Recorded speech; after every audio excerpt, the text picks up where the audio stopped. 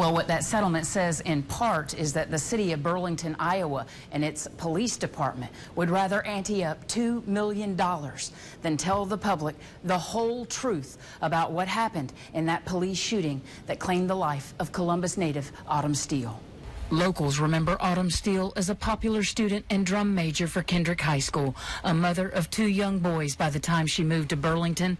Iowa police officer Jesse Hill, responding to a domestic dispute in January of 2015, took aim at the family's dog, but shot and killed Autumn instead. You know, people don't want to believe that, things like this go on. Who wants to think that the police, sometimes they're not out there to serve and protect you. Sometimes they're not trained properly. The public doesn't want to believe that these things go on. Hill was cleared of any criminal wrongdoing a month after the incident. The ultimate goal of the lawsuit was to bring some accountability for it. And because that accountability wasn't coming. We tried. There was a search for the truth, a search for the information, for evidence that we just couldn't get, and no one was going to give it to us. Attorney Mark Shelnut said the $2 million settlement amount in the civil suit speaks volumes about the case. This settlement certainly is a strong vindication for Gina and the family that the officer acted wrongfully in causing her death.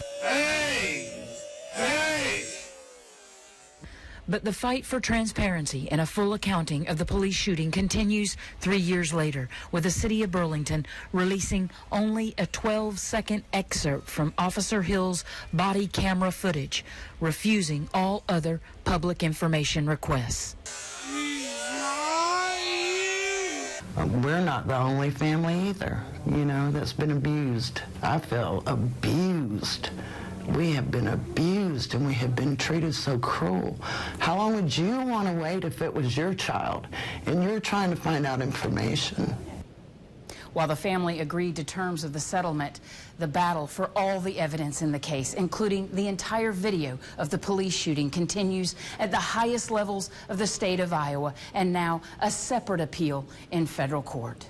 Robbie Watson, WLTZ, First News. And now that the wrongful death lawsuit has been settled, a renewed effort was launched for all the information about the case to be unsealed and made public. More details about this exclusive story tonight. In the separate legal action mentioned by Robbie, the Iowa Freedom of Information Council, which includes news organizations, is making an appeal to a federal judge in July. They want the police department and city to release publicly all court documents, filings, and video about the Autumn Steele case.